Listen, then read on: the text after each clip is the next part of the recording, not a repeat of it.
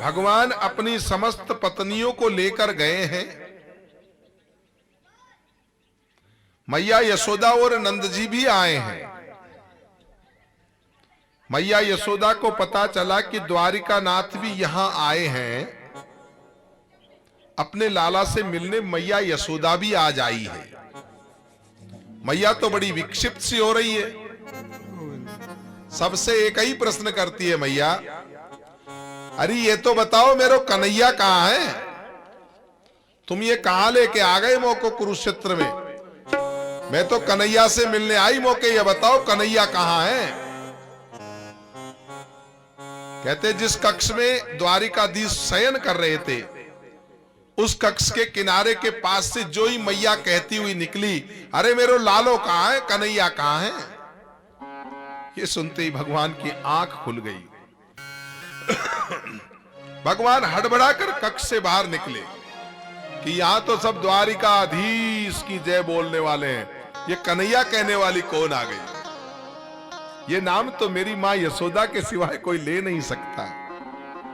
इतनी मीठी वाणी में कनुआ तो कोई कह ही नहीं सकती। दौड़े दौड़े द्वारिका नाथ कृष्ण बाहर निकले और मैया यशोदा के चरणों में गिर पड़े। मैया ने लाला को तुरंत उठाकर अपने अंक में भर लिया, बहुत सा प्यार दिया। मैया यशोदा आज लाला को निहार के कृतार्थ हो रही है। अरे लाला तुम तो बड़े हो गए, बहुत बड़े हो गए। गोविंद को देख देख कर धन्य हो रही है। अब कन्हैया की जितनी बहू है 16,108 बीननियां, अपने रास्ता में बीननी बोलते हैं ना बहू को, वो सारी की सारी लाइन लग गई। अब बेटों की लाइन लग गई, फिर पोतों की लाइन लग गई धोख देने वालों की। सुखदेव जी महाराज कहते हैं कृष्ण पत्नियां वहां आई है। प्रद्युम्न जी, अनिरुद्ध जी, सांब सबसे मिली।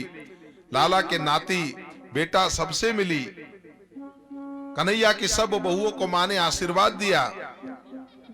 सुखदेव जी महाराज कहते हैं कृष्ण पत्नियां जब द्रौपदी से मिली तो द्रौपदी ने कुछ प्रश्न किए। माताएं जहां निश्चित होकर बैठती है और दो माताएं मिल जाए और फिर सत्संग न हो, ये होता है क्या कभी? ये तो हमारे ऊपर तो कृपा है इन माताओं की जो न मालूम कैसे चुपचाप रहती है। हमारे सत्संग में तो नहीं करती माताएं बातें, लेकिन दो माताएं मिली नहीं और चर्चा चालू नहीं, सत्संग चालू हो जाता है। द्रौपदी ने कृष्ण की पत्नियों से पूछा, बताओ तुम्हारा विवाह कैसे हुआ?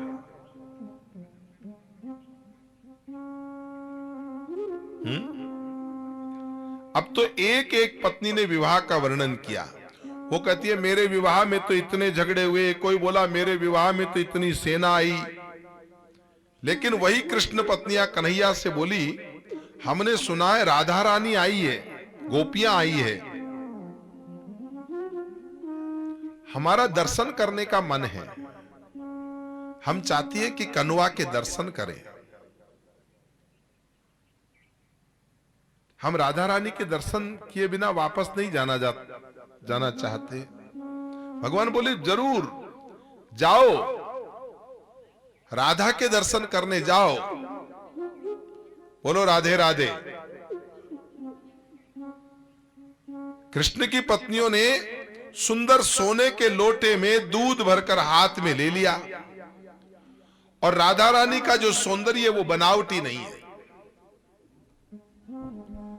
ये राधा रानी ये पफ पाउडर नहीं लगाती है, राधा रानी मेकअप भी नहीं करती है, राधा रानी फेस वॉश का इस्तेमाल भी नहीं करती है। राधा रानी का सौंदर्य बनावटी भी नहीं है।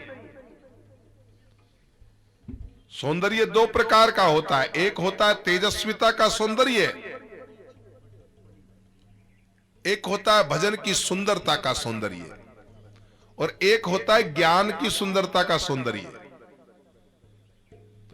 एक होती है बादाम रोगन की सुंदरता। कल जो हमने परिवेश पहन रखा था ना, बिल्कुल बादाम कलर का था। हमारे महाराज जी कह रहे थे, महाराज ये परिवेश बढ़िया लगा। मैंने कहा अपने सभी जमते हैं। अब हमारे फकड़ों के क्या ऐसे ही रहते हैं, लेकिन करे क्या, जमाना तो माने नहीं ना। महाराज ये पहनो ये पहनो, अरे मैंने कहा चलो भाई। लेकिन किशोरी जी के श्री विग्रह में कोई सजावट की कोई गुंजाइश नहीं, करती ही नहीं है। रुक्मणी जी, जामवती जी, सत्यभामा जी सब जा रही है, पहले सज धज कर तैयार होकर आधा घंटा आईने के सामने बैठकर एक एक अंग को देख करके तैयार करके फिर जा रही है। राधा रानी के दर्शन करने जा रही है। राधा कृष्ण का साक्षात स्वरूप है। राधा जिसके हृदय में कृष्ण बसते हो वो राधा। बोलो राधे राधे। वहां जाते हैं ना तो कृष्ण कृष्ण कोई नहीं बोलता, ब्रिज वाले सब क्या बोलते हैं, राधे राधे। हाँ?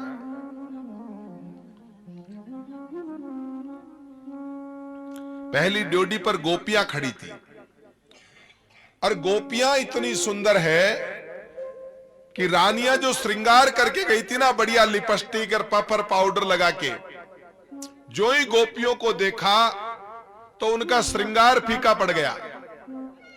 क्योंकि भाई प्राकृतिक सुंदरता जो है ना, भगवान सुंदरता दे। सोरे श्रृंगार अगर प्रकृति दे कैसे होते। हमारे यहां मूमल गाते हैं ना राजस्थान में, उस मूमल में औरत के सोरे श्रृंगारों का वर्णन है ना। कैसा कैसा कारी कारी और क्या भगवान का सांवला स्वरूप हो, कैसी मूमल गाते हैं। उसमें सोरे श्रृंगारों का वर्णन है, प्राकृतिक श्रृंगार है। कारी कारी काजेर यारी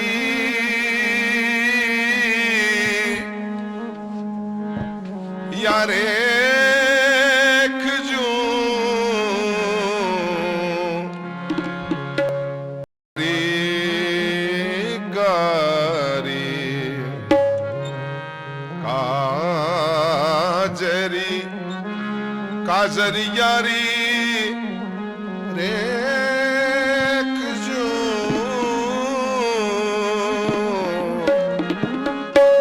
होशा कोई भूरोड़ा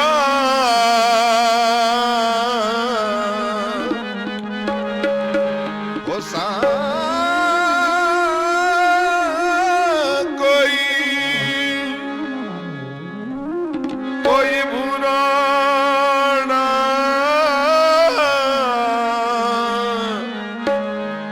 है जी बादल में जाने चमके बीजनी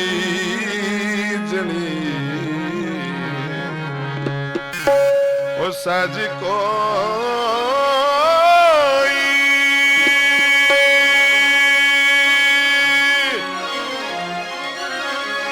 कोई भूरोड़ा है बादल में चमके बीजली रंग रेरी मुमल हो जी हो जू जीवो ये मुमल हालो तो दे तारू मरुधर दे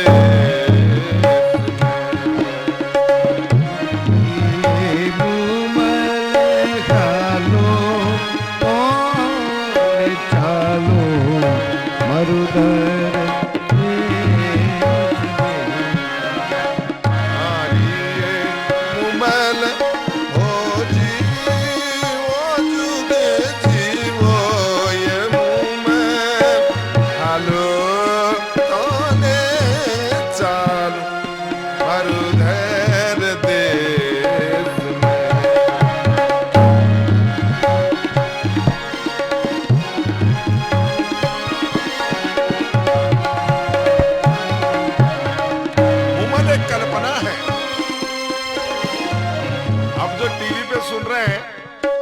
गीत राजस्थानी है, लेकिन भगवान श्रृंगार कर दे गोपियों का, खुद भगवान श्रृंगार करे तो कैसा हो। जैसे से मुमल रो बाजनियो हे नारे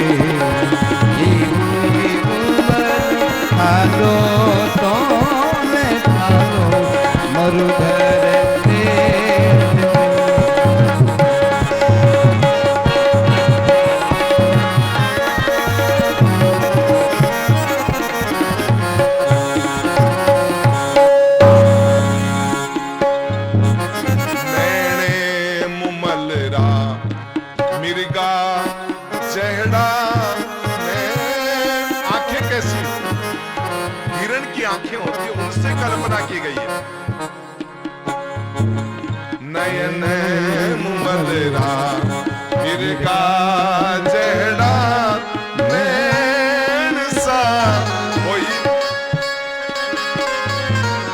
होट तो मुमलरा जन हिंगड़ू सुढोलिया कोई होट तो मुमलरा हिंगड़ू से जोड़िया युग जीरो ये मुमल कालो तो निकालो मरुतर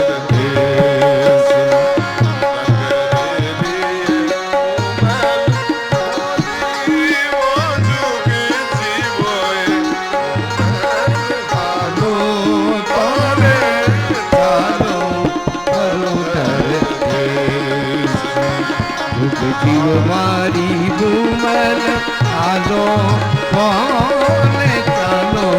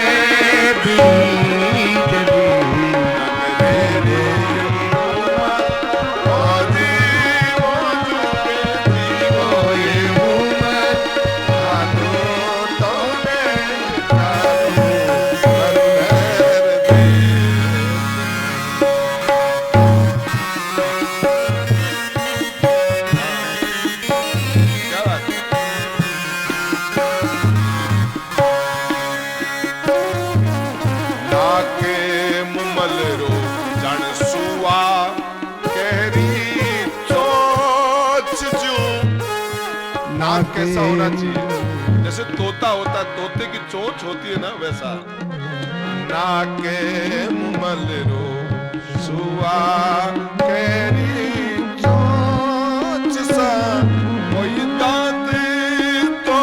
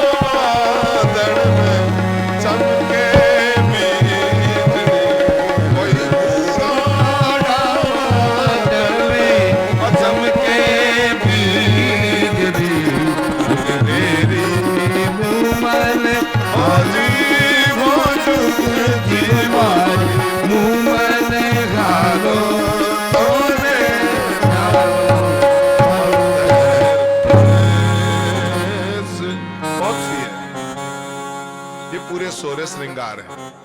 बाजनिया नारियल जैसा शीश हो, बासक नाग की तरह चोटी हो। अब ये श्रृंगार नहीं करने पर तो रुक्मणी जी आदि ने तो श्रृंगार किए, लेकिन जो गोपियां हैं वो तो मूमल है। गोपियों को श्रृंगार की जरूरत नहीं है, भगवान ने श्रृंगार कर दिया। दाड़म के से बीज दे दिए, सुए किसी चोंच दे दी, इतनी सुंदर लगती है कि वो पप पाउडर लिपस्टिक लगाने के बाद भी फीके नजर आते हैं। कहते हैं महाराज पहली ड्योढ़ी पे जो ही देखा इस प्राकृतिक सौंदर्य को, रानियों ने समझा कि यही राधा रानियां हैं, राधा रानी यही है। उनमें जो सबसे सुंदर थी उसको प्रणाम किया कि आप राधा रानी है। बोला नहीं नहीं, हम राधा रानी नहीं है, हम तो राधा रानी की दासियां हैं। रुक्मणी जी ने सोचा यह हाल तो दासियों का है, जब दासियां इतनी सुंदर है राधा रानी कैसी होगी। दूसरी डोडी पर गई, वहां उनसे भी ज्यादा खूबसूरत गोपियां मिली। बोला प्रणाम, आप राधा रानी है? बोला नहीं नहीं, मैं तो राधा रानी की नौकरानी हूं। अरे बाप रे, 7 ड्योढ़ियों पे गई, 7 ड्योढ़ियों पे जिसको देखे वो सुंदर ही सुंदर। तो बोला भाई हमें उनके भी तो दर्शन करा दो। ललिता विशाल ले गई अंदर। अंदर देखा राधा जी शांत बैठी है, एक ही जप चल रहा है, ओम श्री कृष्णाय वयम नमः, ओम श्री कृष्णाय वयम नमः, ओम श्री कृष्णाय वयम नमः, ओम श्री कृष्णाय वयम नमः। एक ही मंत्र चल रहा, गूंज उठ रही है, कोई बनावट नहीं। राधा जी के चेहरे पर कोई सजावट नहीं है, कोई बनावट नहीं है, कोई प्रदर्शन ही नहीं है। इतनी सुंदर झांकी है महाराज। कृष्ण की पत्नियों ने जाकर के प्रणाम किया। राधा रानी खड़ी हुई और राधा रानी ने खड़ी होकर रुक्मिणी जी को अंक में भर लिया। बहुत देर तक चर्चा हुई। सुखदेव जी महाराज कहते हैं न तो कोई विवाह की चर्चा, न परिवार की चर्चा, न वहां कोई गृहस्थी की चर्चा, केवल एक ही चर्चा होती है वहां पे। राधा रानी के यहां सिर्फ भजन होता है, वहां सांसारिक नहीं, वो चलो बना दो, उनकी इच्छा है, भाव है। तो सांसारिक उनकी जो चर्चा है, क्योंकि वो भाव से लेके आई है ना कि महाराज जी को माला पहनानी है, तो फिर उनकी माला वो नहीं लाई है, बड़ा लाई। अब इतनी दूर से माता जी लेके आई तो उसकी भाव की सेवा तो हमें स्वीकार करनी पड़ेगी ना। क्यों क्यों? भगवान ही नियम बदल देते हैं। प्रबल प्रेम के पाले पड़ के, प्रबल प्रेम के पाले पड़ के, इन प्रभु जी को नियम बदलते देखा। प्रबल प्रेम के पाले पड़ कर प्रभु जी को नियम बदलते देखा। अपना मान भले घट जाओ, अपना माने भले खल जाओ, भगत का मान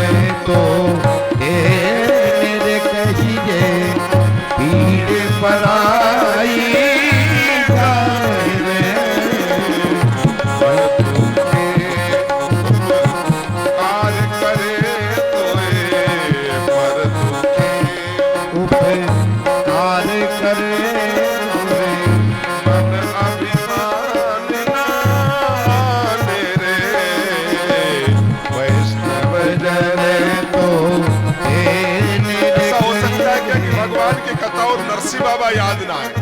अब कहां से चालू हुए थे और नरसिंह बाबा याद आ गए।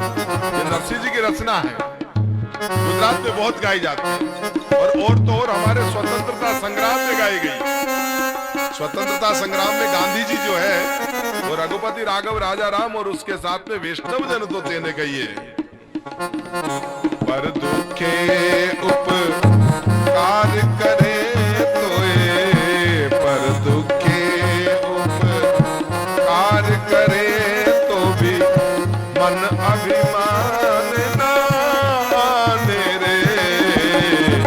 वैष्णव जन तो तेने कहिए जे पराई जाने रे, वैष्णव जन तो तेरे कहिए पीर पराई जाने रे।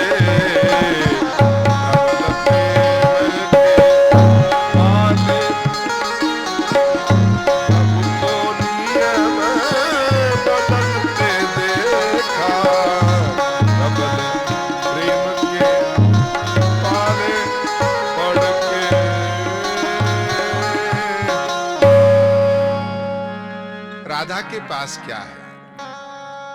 राधा जी प्रेमा मूर्ति है।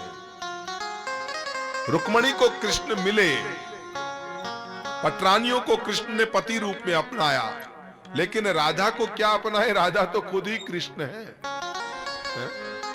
अरे मिले तो वो ना जो दूर हो, वो था ना मुझसे दूर, ना मैं उससे दूर थी। वो था ना मुझसे दूर, ना मैं उससे दूर थी। पहचान न सकी तो मेरे नजर की कसूर थी। अगर पहचान ना सका तो मेरे नजर का कसूर था बाबा। तो कहने का मतलब यह है, महाराज कृष्ण की पत्नियां बोली बस आपका आशीर्वाद हमें मिल जाए, हमारा नाम तो रहेगा लेकिन राधा कृष्ण तो राधा कृष्ण ही रहेंगे। क्यों? हमारा शरीर की पत्नियों के रूप में नाम रहेगा, लेकिन आपका मानसिक संबंध के कारण नाम रहेगा। आपसे बढ़ के कोई नहीं हो सकती। हाँ, राजस्थान की एक मीरा फिर भक्ति में आपसे भी उसकी एक अलग ले, हमने पहले ही दिन कहा था, एक राधा एक मीरा है, दोनों ने श्याम को चाहा। एक प्रेम दीवानी है, एक दरस दीवानी है। राधा रानी के नेत्र सजल हो गए।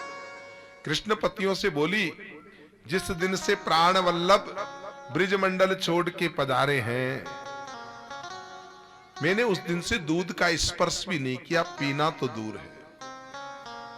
रुक्मणी जी के मुख से आह निकल गई। बोला पी लो पी लो, प्रभु ने ही तुम्हारे लिए भेजा है। ये बात सुनते ही बोला भगवान ने भेजा, कृष्ण ने कानूना ने भेजा है।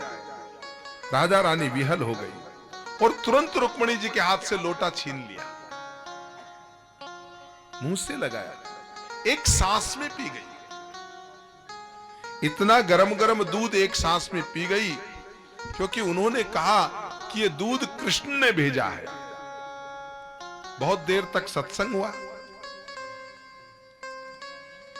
कृष्ण भगवान की पत्नियां लौटकर कृष्ण के पास पहुंची। भगवान कृष्ण के चरणों की ओर देखा कि कृष्ण के पैरों में छाले पड़े हुए हैं। भगवान कृष्ण के पैरों में फपोले हो गए। रुक्मणी बोली आप कहीं गए नहीं, आपके पैरों में फपोले कैसे हो गए? अरे बोला तुझे मालूम नहीं, छाले तुमने ही तो दिए हैं। बोला हमने छाले दिए? बोला और क्या, तुमने किशोरी को जो गरम गरम दूध पिलाया तो उनके हृदय में मेरे चरण बसते हैं, उनका हृदय गरम दूध से जल गया, इसलिए मेरे चरणों में फपोले हो गए। क्योंकि किशोरी अपने हृदय में मेरे चरणों को धारण करके रहती है। मेरे हृदय में किशोरी के चरणों का वास है। बोलो राधे राधे। गोविंद बोले ये छाले तुमने दिए। रुक्मणी जी तो गदगद हो गई, प्रमुदित हो गई, और किशोरी राधा जी के चरणों की प्रशंसा करने लगी। वास्तव में सही बात है, राधा भागवत में राधा का बड़ा महत्व है बाप। राधा स्वरूपाम वे श्री राधा कृष्ण स्वरूपिणम। राधा ही कृष्ण है और कृष्ण ही राधा है। राधे राधे नाम दो हैं, चीज एक ही है, अंतर नहीं है। कृष्ण की पत्नियों को आज ये बात मालूम हुई। कृष्ण की पत्नियों के मन में जो अभिमान था वो अभिमान दूर हो गया। अगर त्याग देखना है तो किशोरी जी के चरित्र में देखो, वैराग देखना है तो गोपियों के चरित्र में देखो। गोपी प्रेम की ध्वजा, गोपी तो साक्षात प्रेम का प्रतीक है, साक्षात प्रेम की मूर्ति है गोपी। किशोरी जी तो प्रेम का सागर है बाप। राजा परीक्षित ये कथा सुनने लगे तो राजा परीक्षित बड़े गदगद हो रहे हैं। आज सुखदेव जी परीक्षित से बड़ी सुंदर बात कहते हैं। राजन, वसुदेव जी महाराज ने जब कुरुक्षेत्र में यज्ञ किया तो यज्ञ के बाद में नंदो गोपास्य गोपस्य, नंदो गोपास्य गोपस्य गोविंद चरणाम्बुजे मनः क्षिप्तम पुनर्हर्तु मनीषा मथुराम वयु।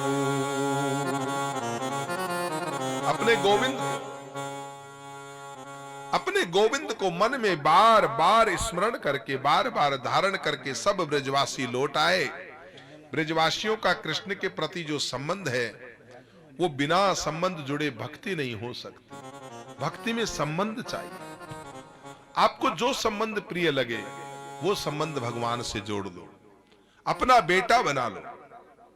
जो संबंध आपको प्रिय लगे, मीरा जी ने तो पति बनाया। मीरा जी ने भगवान को भजनों में ढूंढा, संतों में ढूंढा, भगवान की मूर्ति में ढूंढा। राधा जी को दर्शन तो हुए, राधा जी दर्श दीवानी है तो मीरा प्रेम दीवानी है। गोपियां रास रचाने के लिए गई तो पति को छोड़ के गई। द्वापर युग की बात है। राजस्थान की एक मीरा साक्षात पति को छोड़ करके भगवान में दिल लगाती। राणा समझाता पागल हो गई क्या? मूर्ति से प्रेम करती है, मुझसे प्रेम नहीं करती। भजनों में जाती है, मेरे साथ संसारी चर्चा नहीं करती। तब मीरा जी कहती है, माड राग में देखो है क्या कहती ना, हो भजना सुन आगे मीरा मीठी।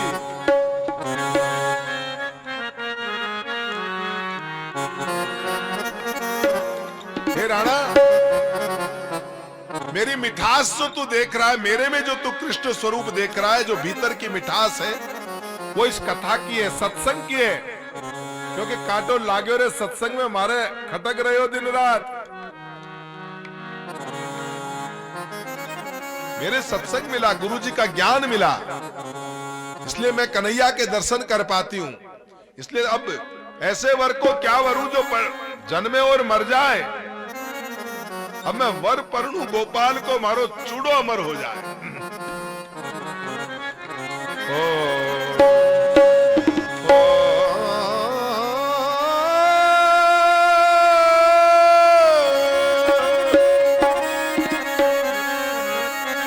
मेवाड़ी राणा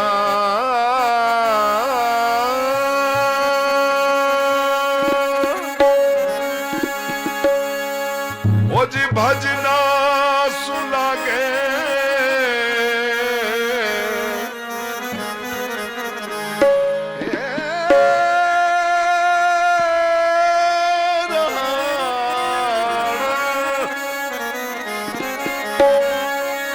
भजना सुलागे मीरा मीठी रे उदयपुर राणा। भजना सुलागे मीरा मीठी मेवाड़ी राणा। भजना सुलागे मीरा उदयपुर राणा।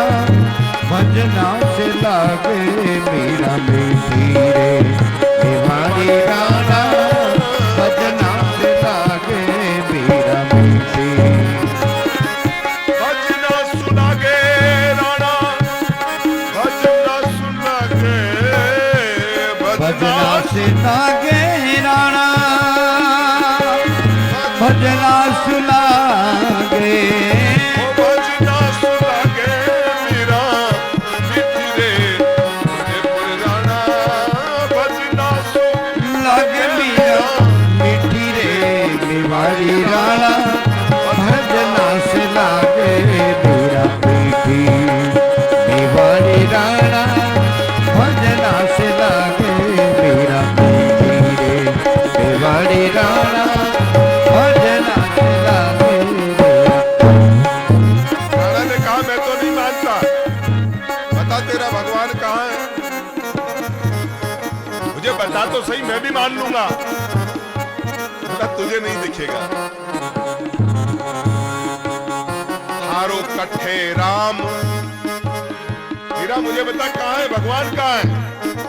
जैसे हिरण्यकश्यप पूछे ना प्रहलाद को कि तेरा भगवान कहाँ है, राणा पूछता है थारो कट्ठे राम मीरा माने बता दे, थारो कट्ठे राम मीरा माने बता दे थारो कट्ठे राम मीरा जी माने बता दे, नहीं तो अभक्ति थारी, वो नहीं तो अभक्ति थारी झूठी रे मेवाड़ी राणा भजना से लागे मीरा मीठी मेवाड़ी राणा भजना से लागे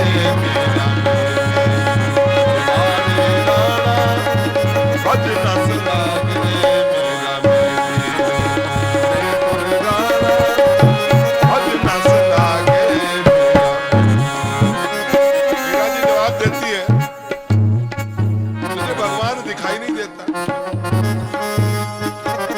ये सूरज के प्रकाश में प्रकाश किसका है, ये चांद में चांदनी किसकी है, ये जल में रस किसका है। H2O के फार्मूले से जो पानी बनता है उसमें रस नहीं होता।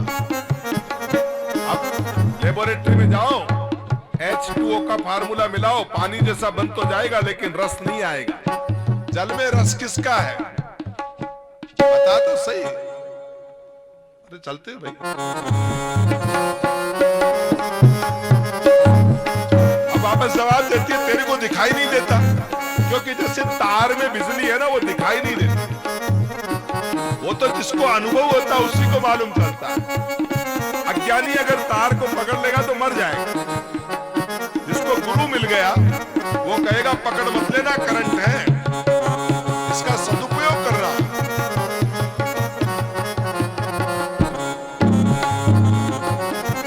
हारो तो राम राणा जी घट घट में डोले, हारो तो राम राणा जी घट घट में डोले, हारे हिया की कैया वो तारा हिया की कैया फूटी रे उदयपुर राणा, तारा हिया की कैया फूटी रे मेवाड़ी राणा भजना से लागे मीरा मीठी रे मेवाड़ी राणा भजना से लागे मीरा भजना सुनागे मीरा मीठी ओ मेवाड़ी राणा, भजना सुनागे मीरा मीठी रे मेवाड़ी राणा भजना से लागे मीरा मीठी ओ मेवाड़ी राणा भजना से लागे मीरा।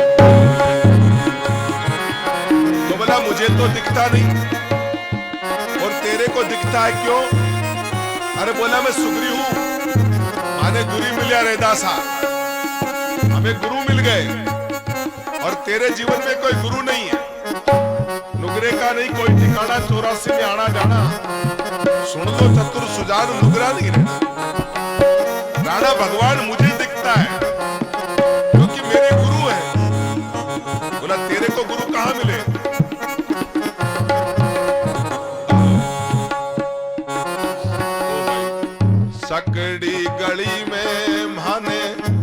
सतगुरु मिलिया सकड़ी गली में माने सतगुरु मिलिया सकड़ी गली में माने सतगुरु मिलिया ओ किणविद फिरूं मैं आपूटी ओ मेवाड़ी राणा किणविद फिरूं मैं आपूटी रे उदयपुर राणा भजन सुलागे मेरा मेरी मेवाड़ी राणा भजन सुलागे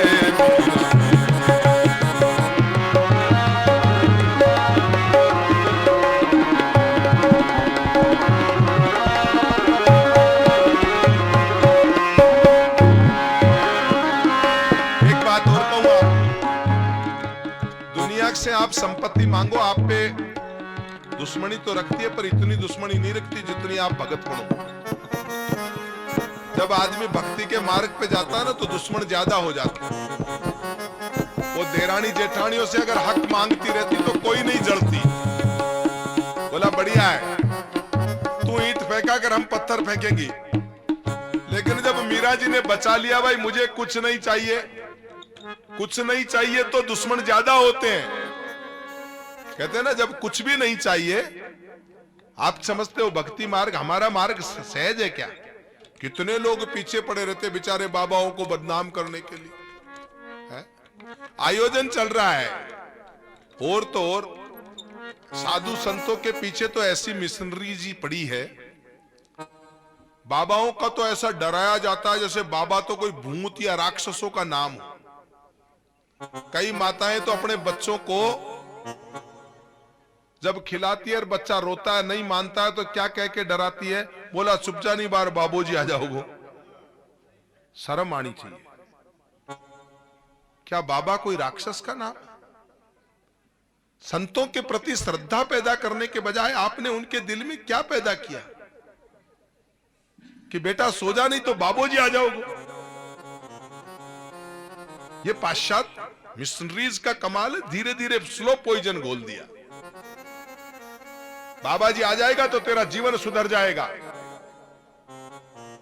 लेकिन बच्चे को डराते हैं। तब कैसे संतों में बच्चों की प्रीति होनी चाहिए? क्यों कथा में आके बैठेंगे?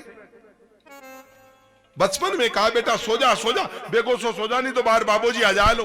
भजना सुलागे मीरा मीठी हो मेवाड़ी राणा, भजना सुलागे मीरा मीठी रे उदयपुर राणा, भजना सुलागे मीरा मीठी मेवाड़ी राणा, भजना सुलागे मीरा मीठी ओ मेवाड़ी राणा, भजना सुलागे मीरा मीठी।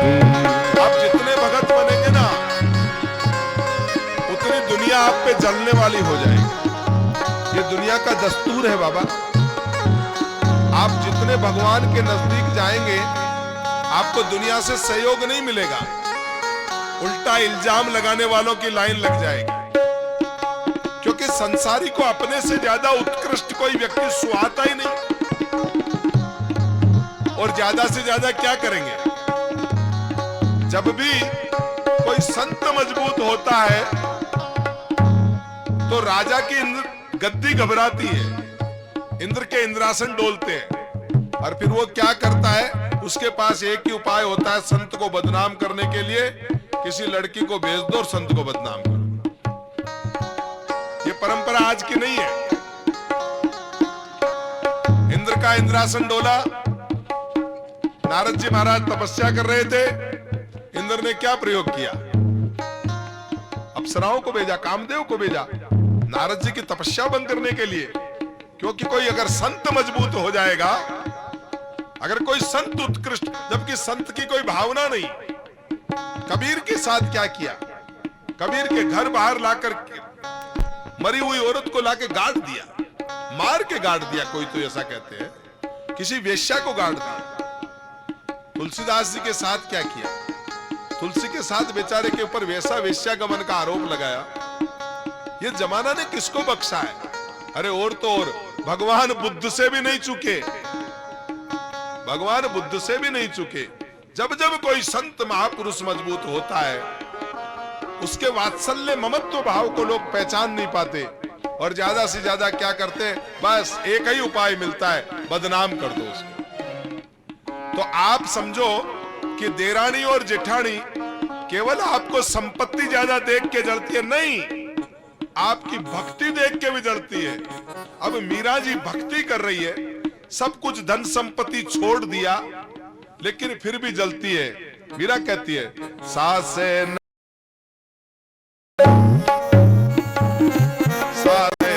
ननदे मारी देवरानी जेठानी, सासे ननदे मारी दोरानी बिठानी,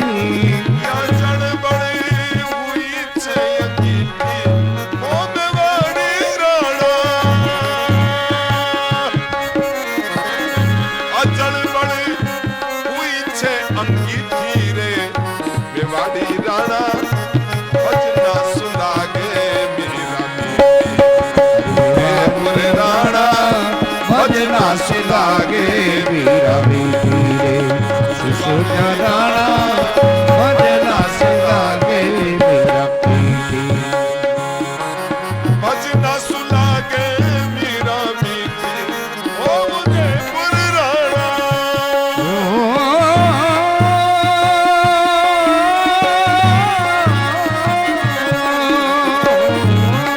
भजना से लागे मीरा मीठी रे मेवाड़ी राणा, भजना से लागे मीरा मीठी, ये मेवाड़ी राणा भजना से लागे मीरा मीठी, मेवाड़ी राणा भजना से लागे।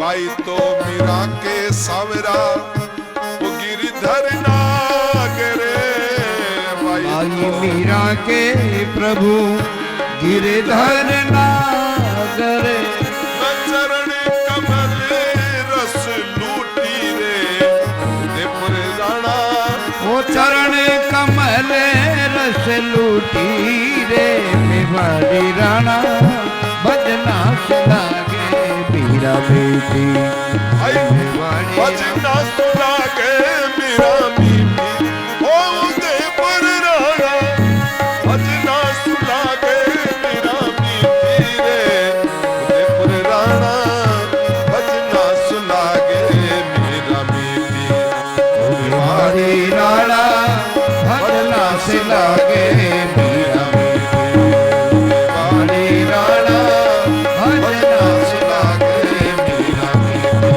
ओ उदयपुरी राणा भजना से लागे मीरा। ऐसी मीरा अगर कोई भी जीवन में जब चाहे तब परमात्मा के साथ अटूट संबंध स्थापित कर सकता है। रुक्मणी जी ने विवाह करके पाया, राधा जी ने प्रेम करके पाया, दर्श प्रेम, लेकिन मीरा जी ने केवल मूर्ति में ही प्रेम किया। और आज वो मीरा जहां भी कृष्ण भक्ति का नाम होगा, जहां 16,108 रानियों की चर्चा होगी, जहां राधा रानी की और गोपियों की चर्चा होगी, वहां इस राजस्थान की मीरा की चर्चा जरूर होगी। क्यों? भगवान को अपना लो तो आप भी मीरा है। मीरा जी कहती है, मेरो तो गिरधर गोपाल दूसरो न कोई, जाके सिर मोर मुकुट मेरो पति सोही। संबंध बनाओ, भगवान से हृदय से संबंध बनाओ। सुखदेव जी महाराज कहते हैं, परीक्षित तुम कितने बड़े भाग्यशाली हो, तुम कितने बड़े पुण्यात्मा हो कि श्री कृष्ण के साथ तुम्हारे 3 संबंध हैं। राजा बोले, महाराज मेरे साथ 3 संबंध? बोला, हां, एक संबंध है गुरुवर का। पहला संबंध तो क्या है? ईश्वर अंश जीव अविनाशी, चेतन अमल सहज सुख राशि, सो माया बस भयभु गोसाई, बंध्यो कीट मरकट घट की नाई। ईश्वर का जो जीव से संबंध है, हम ईश्वर के अंश हैं, अविनाशी जीव हैं। हमारा जो ईश्वरीय तत्व वो जीवन में खत्म नहीं होगा। गीता जी में कहते हैं नैनम छिन्दन्ति शस्त्राणि नैनम दह की पाव के। तुम्हारे भीतर में अविनाशी का वास है और तुम इस विनाशी शरीर को अपना मानते हो। अविनाशी का वास है और अविनाशी सत्य है, और जिस दिन वो अविनाशी निकल जाता है फिर इस शरीर की फिर तो अंसा निकल गया काया से, खाली पड़ी रही तस्वीर। ये तुम्हारा अंश है, तुम जीव हो, वो ईश्वर है। दूसरा संबंध यह है, कृष्ण ने तुम्हारी माता के गर्भ में जाकर तुम्हें बचाया। और तीसरा संबंध यह है, परीक्षित तुम्हारी दादी थी ना सुभद्रा, वो सुभद्रा कृष्ण की सगी बहन थी। राजा बोले ये तो मुझे मालूम है कि मेरी दादी सुभद्रा की बहन थी, लेकिन हमारे तो आपस में ये तो मामा बुआ के बहन भाई थे, विवाह कैसे हुआ? सुखदेव जी ने कहा कृष्ण बलराम की लाडली बहन थी सुभद्रा, दोनों ही भाई प्यार करते थे। बलराम जी ने सोचा मेरा शिष्य है दुर्योधन, इसलिए सुभद्रा की शादी दुर्योधन के साथ कर दो। कन्हैया ने देखा कि सुभद्रा का आकर्षण जो है वो अर्जुन के प्रति है,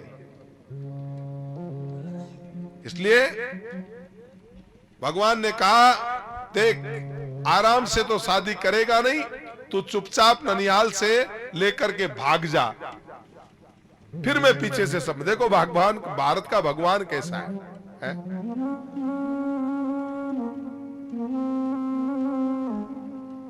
तुझे अगर परमात्मा से स्नेह मिलाना है, जीव से ईश्वर को मिलना है, तो फिर भागना भी पड़ेगा, जाना पड़ेगा, घर छोड़ के भी जाना पड़ेगा, नहीं तो कैसे परमात्मा मिलेंगे क्या?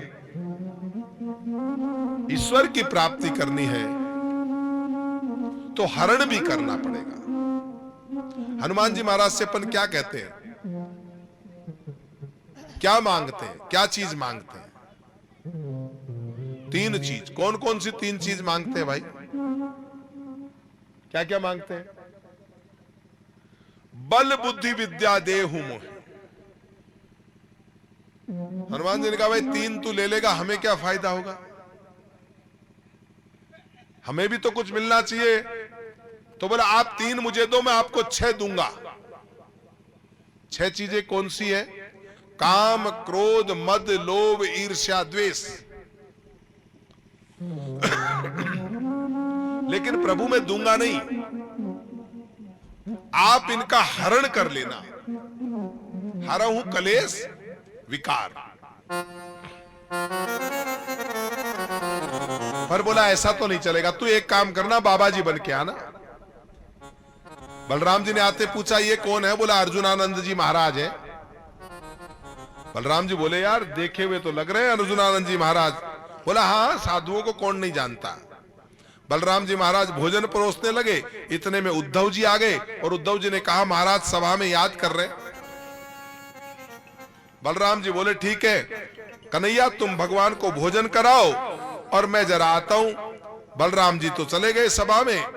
इधर कृष्ण बोले महाराज घर पर जो संत पधारे हैं वो सेवा करने नहीं, सेवा देने आए। सुभद्रा महाराज को फलोहार कराओ, मैं सभा में जाकर आता हूं। सुभद्रा ने फलाहार कराया, द्वार पर रथ खड़ा था। फलाहार करके महाराज जी सुभद्रा जी को रथ में बैठाकर ले गए। बलराम जी के क्रोध का ठिकाना नहीं रहा, हाथ में हड़ और मुसल ले लिया। बोला इस बाबा जी के तो टुकड़े टुकड़े कर दूंगा। यादवों की सेना तैयार होने का इशारा दिया। भगवान चुप चुप बैठे हैं। देखा उद्धव कृष्ण कितनी प्रशंसा कर रहे थे, अर्जुनानंद जी महाराज आए, देख लिया बाबा जी का। मैं पहले ही कहता था बाबाओं से दूर रखना। उद्धव बोले इनसे पूछिए ये कृष्ण चुप क्यों बैठा है।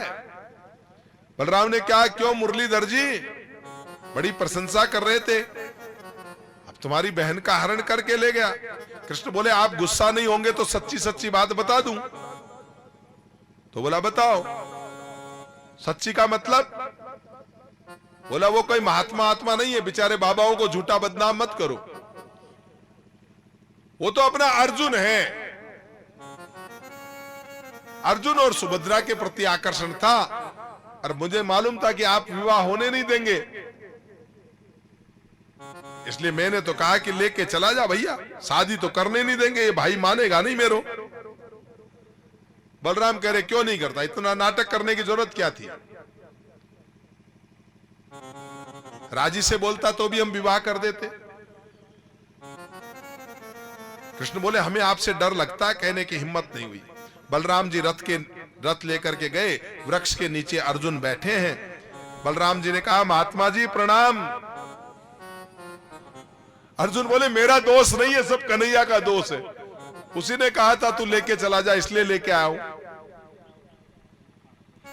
कहते हैं बड़ी धूमधाम से कृष्ण अर्जुन और सुभद्रा का विवाह हुआ। तुम्हारी पितामही सुभद्रा जी उस नटखट गोविंद ने ऐसा विवाह करवाया था तुम्हारे बाबा अर्जुन से। परीक्षित ने कहा तो फिर एक प्रश्न और करना चाहता हूं। परीक्षित प्रश्न करते हैं, देवासुर मनुष्य सुये भजन्ते शिवम शिवम प्रायस्ते धनिनो भोजान तु लक्ष्म्या पतिम हरिम। एक बात बताइए, देवताओं में, मनुष्यों में और गंधर्वों में जो लोग भगवान शंकर की उपासना करते हैं वो लोग ज्यादा पैसे वाले होते हैं, या जो लोग लक्ष्मी नारायण की उपासना करते हैं वो लोग गरीब क्यों होते हैं? शंकर जी के पास अपना कुछ रहने का स्थान नहीं, पर शंकर जी के जितने चेले देखो सब के सब अमीर। तो शिव जी के पास अपने रहने का स्थान नहीं और उपासना करने वालों को करोड़ोंपति बना देते हैं। सुखदेव जी कहते हैं राजन ऐसा बिल्कुल नहीं है, मेरे ख्याल को तुम समझ ही नहीं पाए। वैसे तो नारायण में और शंकर में कोई भेद नहीं है, जो ब्रह्मा है वही विष्णु है, जो विष्णु है वही महेश है, और जितने भी धर्मों के जो जो देवता है वो एक ही भगवान के नाम है, कोई 100 भगवान नहीं हुए। इस विश्व को सत्ता देने वाले, अब कोई उसको किसी धर्म में कोई अल्लाह बोलता है, कोई गॉड बोलता है, कोई मोला बोलता है, कोई वाहे गुरु बोलता है, लेकिन बोलते किसको है? भगवान को ही तो बोलते हैं ना। अरे यहां पानी बोलते हैं तो अंग्रेजी में तो वाटर ही बोलेंगे ना, नाम तो एक का एक ही है। सुखदेव जी महाराज कहते हैं और फिर भी कोई अगर इनमें भेद मानता है तो सबसे बड़ा मूर्ख है, क्योंकि ब्रह्मा विष्णु महेश ये सब एक के एक है। कहा ना शंकर जी की आरती में क्या कहा? ऐ विवेकी होते मूर्ख, ब्रह्मा विष्णु सदा शिव लागत अविवेका, ओ शिव लागत अविवेका, प्रणवाक्षर के मध्य, प्रणवाक्षर के मध्य, ये तीनों ही एका, ओम हर हर हर महादेव। शिव ही नारायण है, नारायण ही शिव है। भगवान राम ने जब रामेश्वरम की स्थापना करी तो रामेश्वर की स्थापना हो गई, तो लोगों ने पूछा ये, तो बोला रामस्य ईश्वर है रामेश्वरम, राम का जो ईश्वर है वो रामेश्वर। इतने में मूर्ति से आवाज आई, बोला नहीं, राम है ईश्वरो यस्य से रामेश्वर है, जो राम जिसके ईश्वर है वो रामेश्वर। और आखिर में ब्रह्मा जी ने कहा झगड़ो मत, रामा चासो ईश्वर रामेश्वर, जिसमें राम और ईश्वर सारे ही देवता विराजमान है वो रामेश्वर है। तो महाराज इसीलिए कहते हैं, भगवान कहते हैं सुखदेव जी महाराज आज अंतिम दिवस की कथा कर रहे हैं। सुखदेव जी ने कहा दोनों में इतना ही अंतर है, नारायण भगवान जल्दी प्रकट नहीं होते और भोले बाबा जल्दी प्रकट हो जाते। लीला की सिद्धि के लिए अवतार प्रसंग में दोनों के स्वभाव में अंतर क्या है? हजारों संत बैठे बैठे वहां कथा सुन रहे हैं। कहते एक बार तुम्हारे बाबा भी सभा में, भगवान श्री कृष्ण ने स्वयं कहा था कि मैं जिसके ऊपर कृपा करता हूं उसका धन धीरे धीरे हर लेता हूं, क्योंकि जब तक उसके पास लक्ष्मी रहेगी तब तक वो ओम जय जगदीश हरे, माता जी तुम जाना मत, रहना यहीं पे।